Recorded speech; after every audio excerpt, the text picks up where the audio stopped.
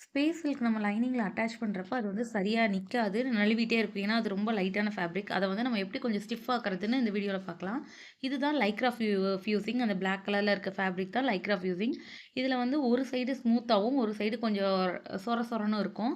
அந்த சொர சொரப்பா இருக்க சர்ஃபேஸ் வந்து கம்மு தான் அது. அது மேல இப்ப நான் வந்து ஸ்பேஸ் சில்க் தான் நான் அயர்ன் பண்ணி காட்டுறேன். ஸ்பேஸ் சில்க் இது வந்து எவ்வளோ ஸ்மூத்தா இல்லாம ஒரு மாரி கொச கொசன்னு இருக்கா?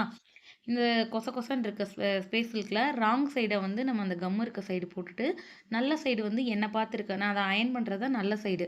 அந்த மாரி போட்டுட்டு ஜென்டிலா டேப் பண்ணிட்டு நம்ம அயர்ன் பண்ணணும். இப்படி நம்ம அயர்ன் பண்றப்ப அந்த ஹீட்ல வந்து அந்த லைக்ரா ஃபியூசிங் நம்ம ஸ்பேஸ் சில்க்ல வந்து அட்டாச் ஆயிடும். அப்போ வந்து கொஞ்சம் ஸ்டிஃப்னஸ் கிடைக்கும் நம்ம ஃபேப்ரிக். இது வந்து ரொம்ப ஸ்மூத், ரொம்ப லைட்டான ஃபேப்ரிக். அத வந்து நம்ம கொஞ்சம் ஸ்டிஃப் ஆக்குறோம். ஸ்டிஃப் ஆக்குனா தான் நம்ம லைனிங்ல அட்டாச் பண்றப்ப, நம்ம எந்த ஷேப்க்கு நம்ம ஸ்டிச் பண்ணணும்னு நெனைக்கிறோமோ, அதே ஷேப்க்கு இருக்கும். இந்த டிப்ஸ் உங்களுக்கு பிடிச்சிருந்தா நீங்களும் ட்ரை பண்ணி பாருங்க. தேங்க் யூ ஃபார் வாட்சிங்.